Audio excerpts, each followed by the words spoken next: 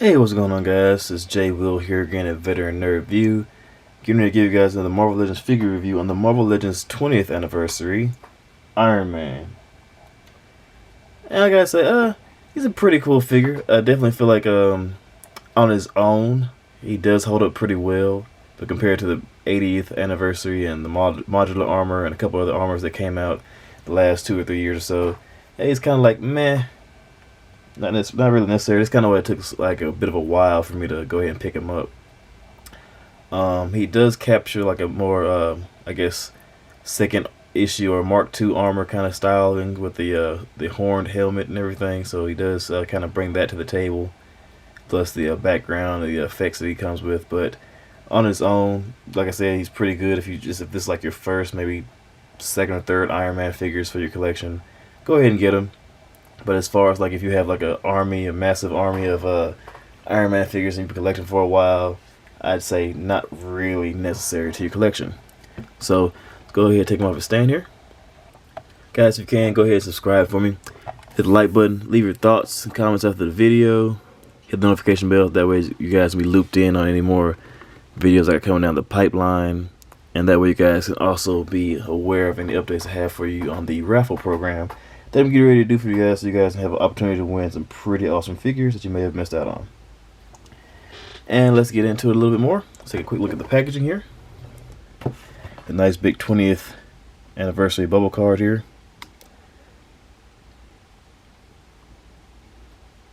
Looking pretty good so far. Got some nice artwork on the back right there of the figure and his display stand. Got a little bit of read if you guys want to read it. Go ahead and pause it now.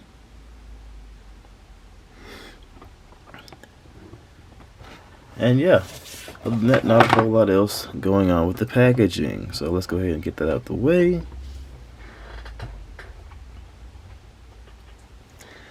And zoom in just a little bit for this guy. Now, on his own, like I mentioned before, he does hold a little bit of weight. Just in the color scheme right by itself is accessories, a repulsor blast. The repulsor blast that it comes with are a little bit different from the ones we've been getting.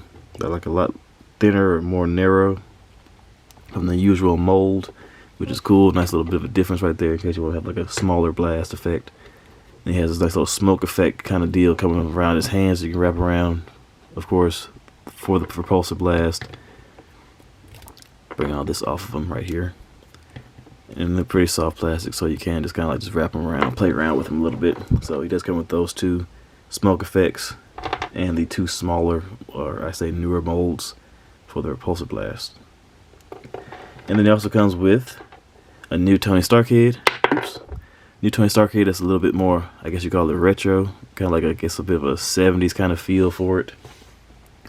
I definitely appreciate the variants we've been getting lately in the Tony Stark heads. That right there is from the Stealth Armor Iron Man, I believe. But it is pretty much the same exact mold head sculpt from the 80th. That head is in the bag somewhere, I believe. Then, of course, you get the mullet Tony Stark head that comes with the Photon Iron Man pack, the deluxe version. So you get like you're getting quite a few Tony Stark heads coming out these days. So it's pretty cool. With this one, you get a little bit of variance, like I said, the kind of 70s, kind of older style haircut. A little bit of coloring, like lighter blue coloring. I guess it's supposed to be like maybe like a gray-ish, or there's a sheen coming through his hair. Looks pretty good. Then, of course, you get set up down to business hands with the back and forth articulation. A little bit stiff on these, but as you can see, it's there. Don't know if it'll focus enough for you guys to see, but yeah, it's there. There we go. Yeah. So you get that range of articulation on these hands. And then, of course, it comes with this display stand back here, where you get the Iron Man armors taking flight right there together. And then you get a Stark, I guess, Industries kind of sign back there in the back that you can put behind him. That's the display piece right here that comes with most of the 20th anniversary figures with the like two pegs right there for the feet. That's pretty cool. I'll go ahead and leave it on the Stark sign for now. Go ahead and slide that back. But yeah, bringing this guy back in, let's go ahead and do a few comparisons here. First, I'll go ahead and throw some molds that utilize this same body mold for the most part. Go ahead and stand for me. Yeah, there we go. So he does utilize the same almost body mold as the 80th anniversary armor. A few differences. Say the shoulder pieces right here, these little circular discs around the top of the shoulders are not as prominent. It's a little bit different. And of course, it's not as prominent as far as the chest pieces right here around the reactor, the arc reactor, and these little pegs right here at the top part of his chest. They're like shaved off or kind of just smaller in general. And then of course the hip discs have been removed for this version. So other than that, pretty much the same body mold, just different paint. Yeah, as far as I can tell. And of course the head sculpts are different helmets. So you'll see that looks right there together. And then we have the Centurion armor.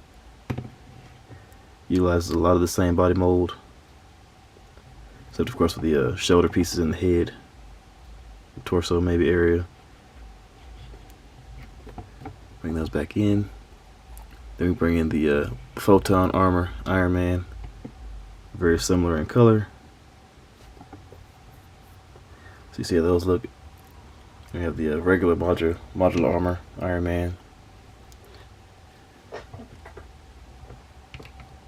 And then we throw in a couple of war machines.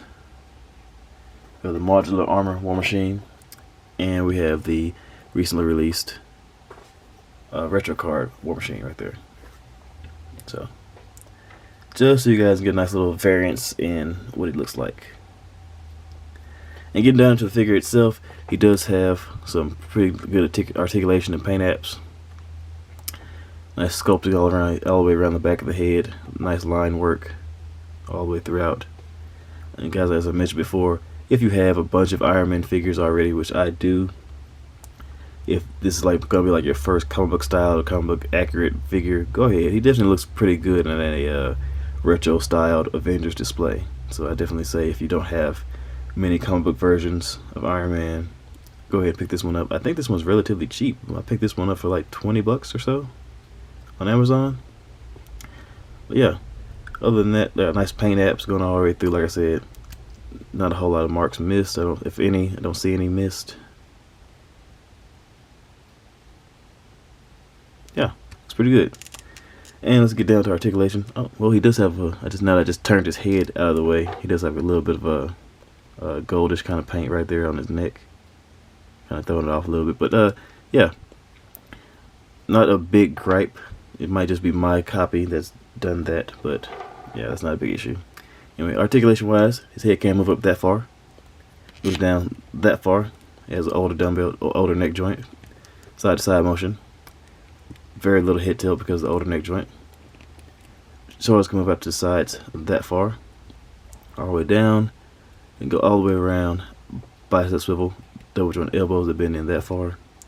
Get the wrist swivel on these hands. Now these hands do not have any articulation in them, which is kind of weird because I've kind of always been fussy about how some Iron Man figures have the repulsor hands that can also move.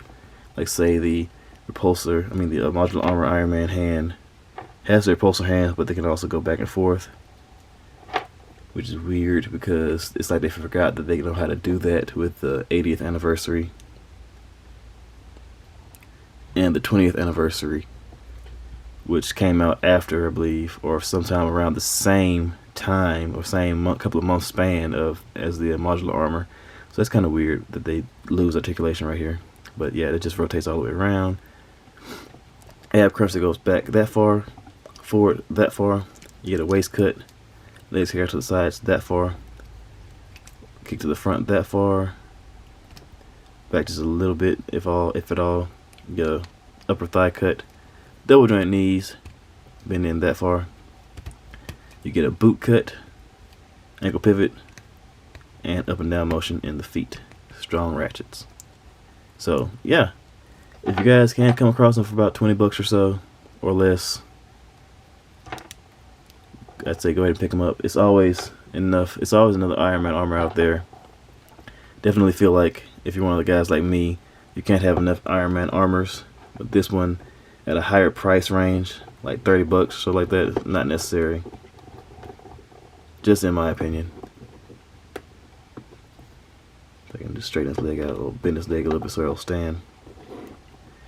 Definitely a cool figure. I don't want to say there's any like real strong negative marks against him. Like I said, not super necessary if you have a bunch of Iron Man figures, because he's kind of like, he's pretty cool, but I have enough that's utilized in this body mold, so it's not crazy or important that I get him. But like I said, your opinion is what matters in your purchasing. But as always, guys, I appreciate you all for stopping by, taking a look at my videos. And the leg's getting ready to fall for a second.